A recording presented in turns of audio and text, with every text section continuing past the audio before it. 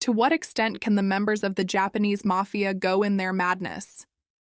This mysterious and dangerous organization, known to many as the Yakuza, can shock even the most hardened individuals. Now imagine not just one, but a trio of deranged maniacal sadists, a cunning woman, her ruthless lover, and her ex-husband, a Yakuza, who is willing to go to any lengths. Welcome to my channel, dear viewers. Today, I bring you stories full of intrigue, betrayal, and horrifying acts that go beyond human comprehension. It was early morning on October 21st, 2019. A call came into the Dazaifu police station, located in central Fukuoka, from a man with a trembling voice. He reported that there was an unconscious woman in a car and added that he had recorded conversations of the criminals. The police immediately rushed to the scene. Upon arrival, they found a woman in the car who appeared to be around 30 years old. Unfortunately, she was already dead. The most striking detail was that her entire body was covered in bruises, as if she had been severely beaten. During the investigation, it was revealed that the victim was 36-year-old housewife Rumi Takahata. Her condition was so horrific that even her relatives could not recognize her. The marks on her body suggested that she had been brutally beaten and then abandoned at this location. But how could an ordinary housewife be subjected to such cruelty? The police soon began searching for suspects, and the first person they focused on was the man who had reported the incident. It turned out that he was not just a random witness. He had brought one of the criminals to the scene, suspected something was wrong, and recorded their conversations on his phone. Thanks to these recordings, the police arrested 3 suspects the next day: 41-year-old woman Miyuki Yamamoto, 25-year-old man Hayate Kishi, and 47-year-old Yakuza Masaki Tanaka. These people had nothing in common, neither in age nor profession, but soon the police uncovered unexpected connections between them. The relationships of these individuals were so convoluted that Japanese journalists spent an entire year investigating the case. Ultimately, it was revealed to be a story of horrific gaslighting that destroyed a family. Rumi Takahata was an ordinary housewife with a husband and 2 children. Her husband, Utaka, was a truck driver who was often away from home but always trusted his wife. Imagine a scene from the life of an ordinary Japanese family. Rumi Takahata is a typical housewife who always cares for her husband and 2 children. Her husband, Utaka, works as a truck driver and is often away from home. Nevertheless, he is always confident that, thanks to Rumi's calm and kind nature, the home is in good hands. But in August 2019, the calm of their lives was abruptly disrupted. Rumi suddenly disappeared. She headed to Dazaifu and stayed in an apartment where 41-year-old Miyuki Yamamoto and her 25-year-old lover Hayate Kishi lived. Miyuki was known as the queen of the local entertainment district, frequently visiting host bars and having ties with the Yakuza, using her connections for extorting money. Can you imagine how an ordinary housewife could end up among such dangerous people? It all started with debts. Rumi had an older brother named Ryota, who went to the same school as Miyuki. 10 years ago, Ryota disappeared, leaving behind a substantial debt he had borrowed from Miyuki. Now she was demanding repayment through his sister, Rumi. Imagine how it must have been for Rumi, who had never dealt with such issues, to suddenly be plunged into a world of debts and threats.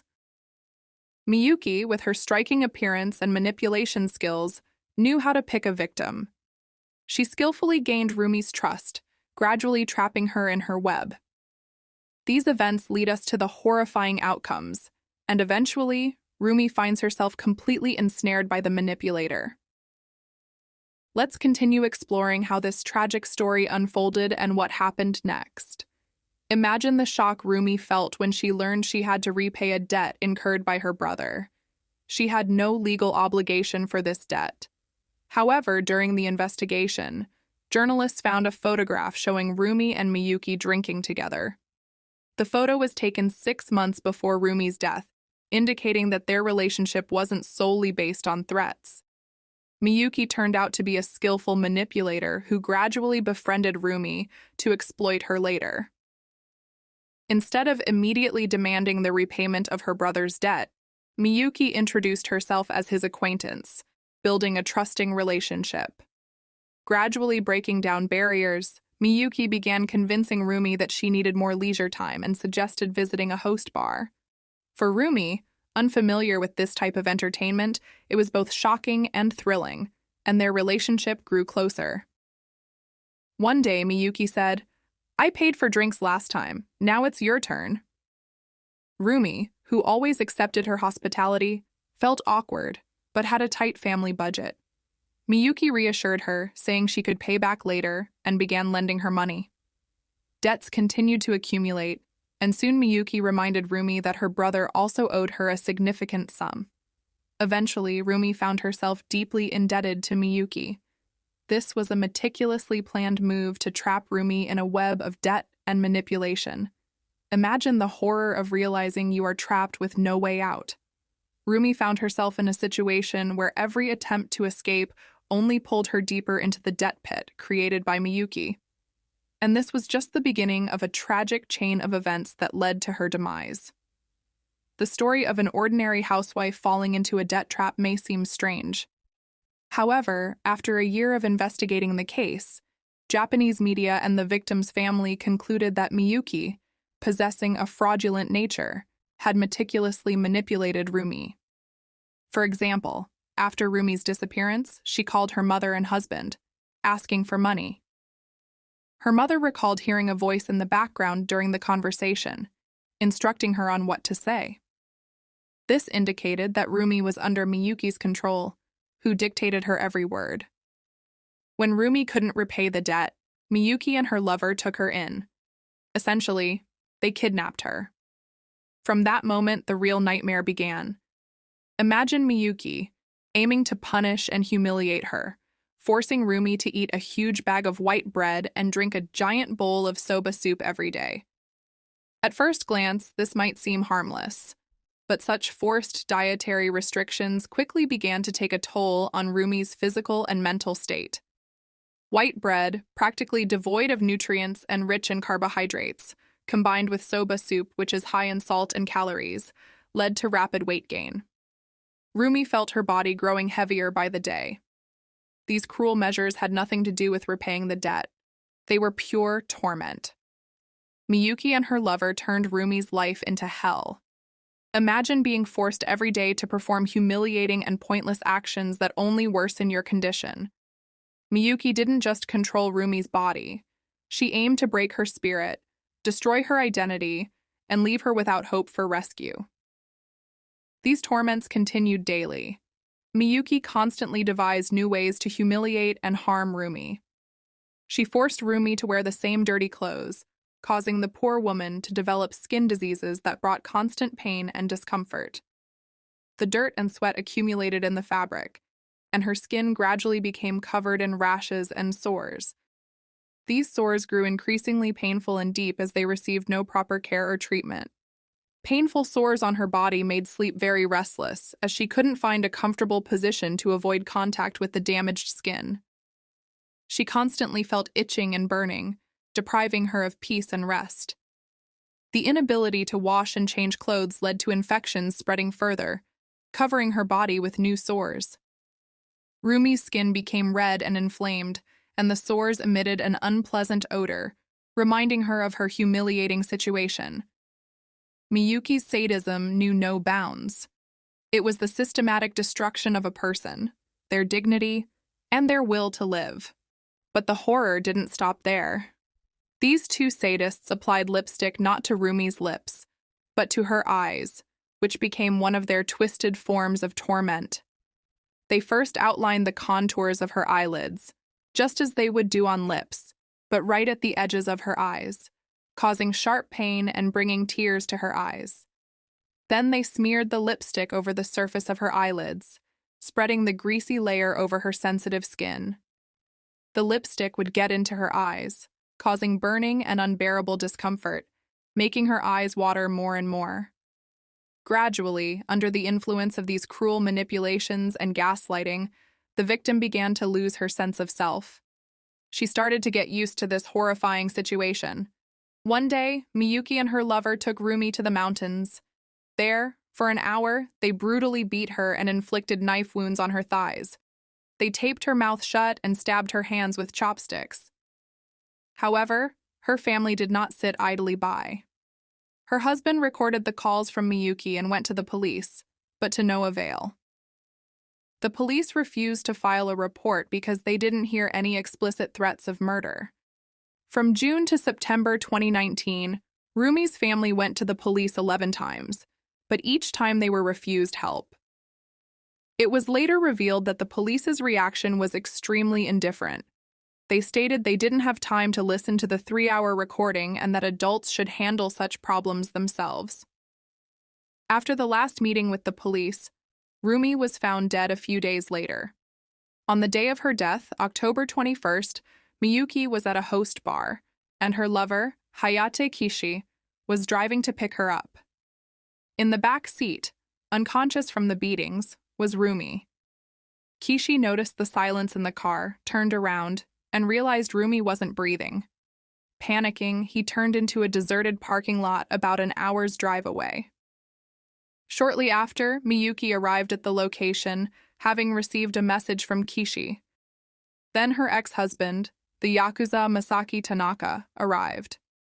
Together, they decided to dispose of Rumi's body. However, there was another person with them, a host bar employee who had brought Miyuki there. Sensing something was wrong, he secretly recorded their conversation. When the 3 perpetrators left, he immediately reported it to the police.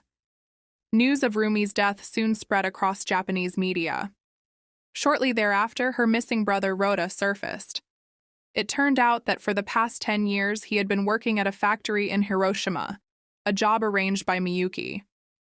Thus, Miyuki knew his whereabouts all along but hid this information while continuing to demand money from Rumi, claiming her brother owed her a large sum. How did this become possible? 10 years ago, when Rota was 24, he worked at a restaurant. One day Miyuki came in and they reconnected. Although they were not close in school, they began to communicate and eventually grew closer. A year later, financial issues arose between them. One of Rota's colleagues was in a difficult situation and borrowed money from Miyuki, asking Rota to act as a guarantor. Rota was reluctant, but Miyuki persuaded him. "Don't you trust your friend? You don't have to repay the money, just be the guarantor." Ryota signed the contract and stamped it. However, shortly after, his colleague disappeared, and the entire debt fell on Rota. Initially, the debt was 500,000 yen, but due to interest and penalties, the amount significantly increased. Miyuki then offered him a job at the factory, where his salary was directly deposited to her, allowing her to have complete control over him. She forced him to cut off contact with his family and began to pursue Rumi, demanding money. Unaware of the manipulation, Rota worked at the factory for 10 years, repaying the debt like a slave. 2 days before Rumi's death, Miyuki called Rota. She said Rumi was with her and handed her the phone. The conversation was strange. Rumi confessed to her brother that she had angered Miyuki, while Miyuki complained about Rumi, saying she smelled bad and was disobedient. Ryota's response was shocking. He told his sister to obey Miyuki and apologized to Miyuki for the trouble. This situation was inexplicable, but likely years of psychological and physical gaslighting by Miyuki had completely broken their ability to think normally. After being freed from Miyuki's influence, Rota deeply regretted his last conversation with his sister, but it was already too late. Miyuki Yamamoto, who had planned these events over many years, and her accomplice Hayate Kishi, who participated in the violence and threats, were sentenced to 22 and 15.5 years in prison, respectively, in March 2021. However, they continue to blame each other and are filing appeals. It's undeniable that the topic of gaslighting appears more frequently in crime news. Gaslighting is a form of psychological abuse where the aggressor constantly convinces the victim that all problems are their fault. Gradually, the victim loses the ability to objectively assess the situation and their self-esteem, beginning to believe they are to blame for everything. The gaslighter convinces the victim that everything they do is for the victim's benefit, leading the victim to become dependent on the aggressor. Such manipulation results in the victim being unable to actively defend themselves or report the abuse. The tragic end of this story was Rumi's death. Stay tuned as another creepy story is coming up. Let us know in the comments which story you find scarier. In 1994, a girl named Xiao Tong was born in the city of Dalian, China. Her father worked in food safety security, while her mother was a homemaker. Xiao grew up to be a very popular girl. She was extremely sociable and always wanted to have many friends. Additionally, she was an exemplary student, consistently earning the highest grades in her class. Her parents always believed that their daughter should study at one of the best universities. From Xiao's early childhood, they created a fund for her university education, setting aside money diligently. By 2011, when it was time for Xiao to choose a college, her parents had saved $100,000. She decided to study in the United States. Xiao dreamed of becoming a biologist, but she also had a strong interest in chemistry. Eventually, she decided to pursue chemical engineering at Iowa State University. Her father was very proud because, at that time, very few women pursued this profession, and Xiao had the grades and recommendation letters necessary for admission to this specialty. When Xiao decided to go to Iowa for her studies, she had a boyfriend in China named Li Xiangnan, who also planned to study in the United States, but he chose a different path, aiming for the University of Rochester in New York. They both took the language test and passed it brilliantly, and both had excellent academic records. When Li learned that Xiao was applying to Iowa State University, he, already accepted to the University of Rochester in New York, requested a transfer to another university in Iowa. Of course, this wasn't exactly where Xiao planned to go, as she had been accepted to Iowa State University, while he requested a transfer to the University of Iowa in Iowa City. But it was much closer than if he lived in New York. Eventually, he was accepted into this new university's economics program. In 2012, they went to study together. Xiao's parents disapproved of the relationship, mainly because, in their opinion, Li's character did not match their daughter's. According to Xiao's mother, her daughter was very popular and had many suitors. When she became Li's girlfriend, it seemed very strange to her, as he did not have many of the qualities that Xiao looked for in a man. But there was something about him that Xiao liked. Her parents thought that perhaps it was Li's mysterious personality, as they considered him a very quiet person who rarely spoke or expressed his feelings to people. Nevertheless, they both arrived in the United States, planning to marry and start a new life in this country after graduation. Xiao and Li began their studies as usual and actively interacted with other people.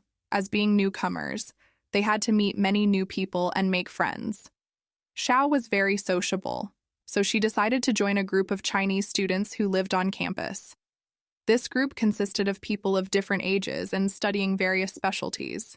Xiao repeatedly invited Li to spend some time with these guys. They went to the movies, watched films at someone's house, and went out to eat. Xiao tried to integrate Li into the social life so that he too would feel like part of the group and that he had friends in the USA. But he seemingly couldn't make friends with these people. According to Xiao's friends, Li was a very strange person to them, and although Li and Xiao were a couple, it seemed that he was stalking her. Li always wanted to know where she was, accompanied her everywhere, and even wanted to sleep at her house every night. While to many, this might have seemed like a sign that he loved her very much and wanted to be with her all the time, to Xiao's friends, who observed him closely, it seemed that Li was controlling her 24 hours a day. Additionally, Li's presence made her housemates, who were also Chinese students, uncomfortable. They didn't like Li staying so many nights because of his character, and it bothered them. Furthermore, he listed the address of the house where Xiao lived with her roommates as his own. Their mailbox started receiving his traffic violation tickets, university letters, bills, and all of Li's legal correspondence. This seemed a bit strange to them. But be that as it may, the relationship continued for the next 2 years. In university, everything was going well for them, and their plans were proceeding as they wanted.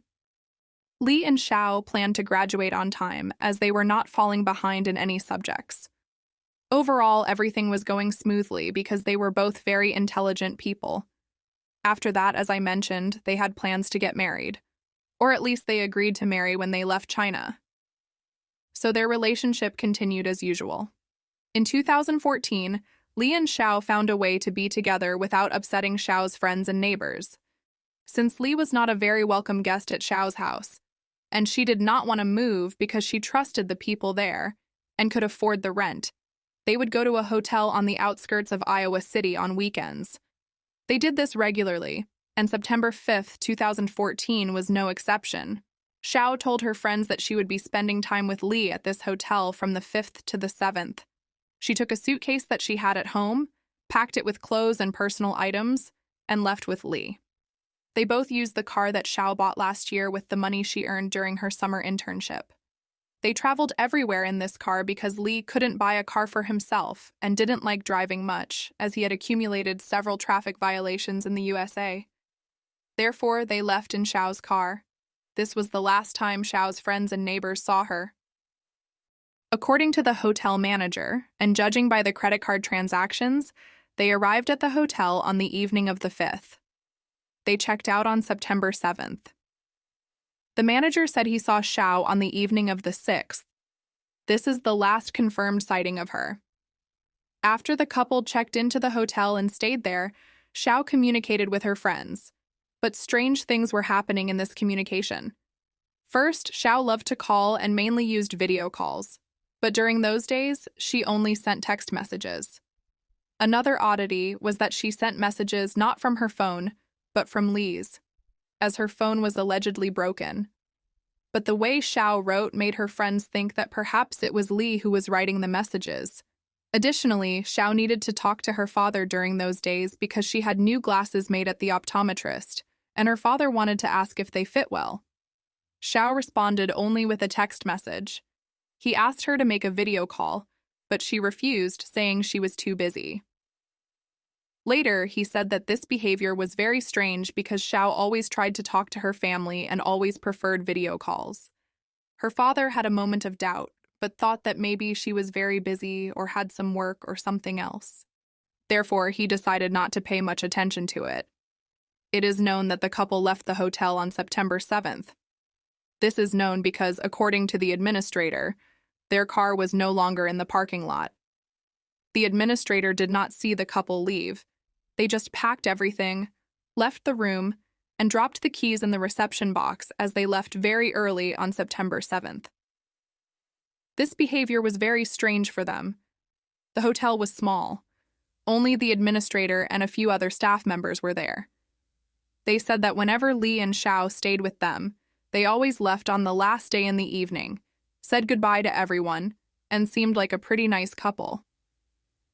But on the morning of September 7th, something changed. When the administrator came on shift around 9 in the morning, he found the keys in the reception box, and moreover, no longer saw the couple's car. So, he assumed they left early in the morning. After they allegedly left the hotel, Xiao sent a message to her best friend. She told her that Li had to return to China because his family had some problems. Additionally, Xiao said that she would not return to Iowa but would go to Minnesota to visit friends, which was also quite strange because no one knew she had friends in Minnesota. Although she integrated very well into the community, had many friends, and communicated with many people, she had no friends outside of Iowa. Xiao rarely traveled outside the state, and her friend found it very strange that she wanted to take a solo trip by car to Minnesota. In the first days after receiving these messages, Xiao's friend told everyone else that she had gone to Minnesota and also informed her roommates about it. As the days went by without any news from Xiao, everyone began to worry a lot. Then her friends decided to check her location on Blink. This is an app created by Zenly, where you can not only see a friend's location, but also check their phone's battery level and how many steps they've taken. However, her location was absent in the app, which seemed very strange to Xiao's friends. And so, on September 16th, nearly 10 days after the last message from her, they reported her disappearance to the Iowa authorities. According to the police officers, when her friends reported Xiao missing, they thought it was just another case of a young international student disappearing for a few days, perhaps to party, get to know the country, or spend time with a boyfriend, and they didn't give it much importance. But when officers began tracking Xiao's movements, as well as those of her boyfriend Li, they became concerned. It was discovered that Li had bought a ticket to China. This was very strange because the departure date was set for the day after Xiao wrote to her best friend that she was going to Minnesota. This led to the suspicion that Li had something to hide. It is important to note that this case had an element that would later become very significant. China does not have an extradition treaty with the United States. This means they do not hand over a person demanded by another country for trial, but instead try the person themselves in China. Thus, officers came to the conclusion that Li might have killed Xiao and devised a strategy to evade justice and avoid prison, since he would never be found in China or would receive a lesser sentence. However, this was still just a suspicion. There was no evidence to prove that this had happened. There was not even a single clue that could give the police any idea that Xiao was in danger. Days went by, and Xiao's photograph was posted on some social networks, newspapers, and media outlets, hoping that someone would provide any information. But no one really knew anything. There was nothing except the messages she wrote to her friends and the hotel manager who came to the police with a statement and told them everything we already know. Only a few days later, on September 26th, Xiao's car was found in a parking lot. The car had been there for many days, but since it was neither very luxurious nor very large, it had gone unnoticed, until it began to emit a smell. A very strong smell. It was then that people called the police, and by the license plate, officers were able to confirm that it was Xiao's car. When they opened the trunk, they saw a horrifying scene. In the trunk was a suitcase, and inside it was a body, which, after identification, turned out to be the body of Xiao Tong. She had several bruises on different parts of her body. Furthermore, as I mentioned, she was placed inside the suitcase, the same suitcase she took with her for the weekend with her boyfriend. The autopsy confirmed that Xiao had received several blows to the head and face but died from suffocation. In the car's trunk, there was also a towel with the logo of the hotel where the young couple stayed the last weekend they were seen. All this allowed the police to obtain a warrant to search the hotel. It is worth noting that more than 20 days had passed since the couple stayed at this hotel. Many people had stayed in that room, and it had been cleaned multiple times, so officers thought they wouldn't find anything that could help them.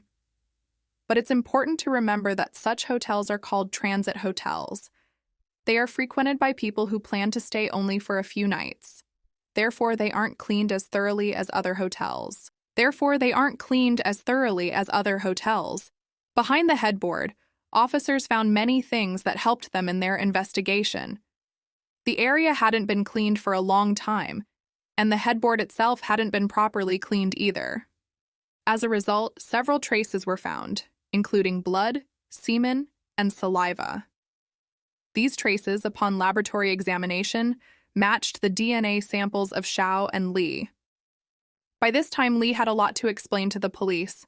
Detectives found out that he had indeed gone to China and had not returned to the USA. This meant he could be anywhere in that country, making him very hard to find, and bringing him back to the USA would be even more difficult. But the police did not give up and continued to look for ways to hold him accountable. The U.S. officers sought help from the Chinese police, but at that moment, they requested even more evidence to prove that Li could be connected to the murder. They wanted to obtain evidence because for them, the fact that his fluids were in the hotel room was not reliable proof that this guy had killed his girlfriend, as the fluids did not necessarily have to be from a violent encounter. Then the police reviewed the last known location of Li's mobile phone when he was in the USA. Officers determined that on September 7th he was near some rivers. For the police, this indicated that he wanted to dispose of Xiao's body. That is why he put her in the suitcase and walked by those rivers.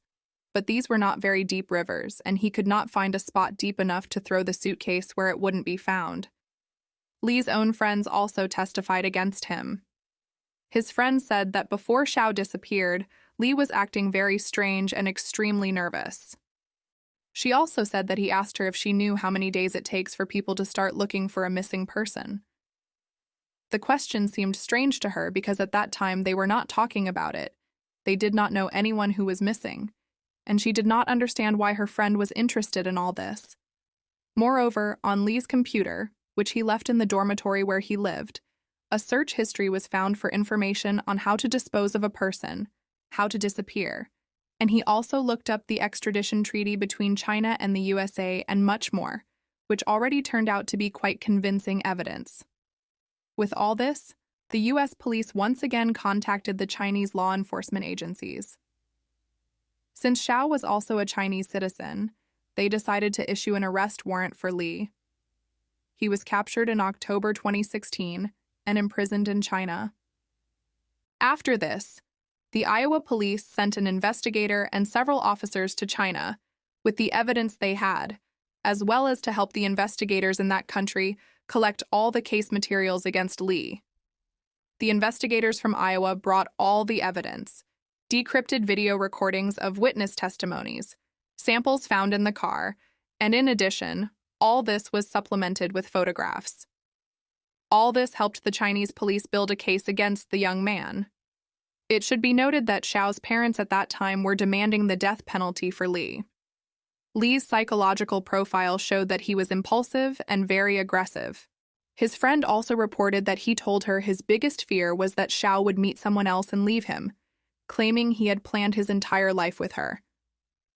The girl then told him that he was being very obsessive, that they were very young, and perhaps they might meet other people. But Li seemed too fixated on the idea of starting a family with Xiao, being with her all the time, and only with her. He even confessed to his friend that he didn't want Xiao to be around her classmates or Chinese guys she met on campus. After all the evidence and testimonies collected in the USA were disclosed, Li began to give his version of events. He stated that he had not planned anything, although, as we already know, he had asked about disappearances just a few days before the incident.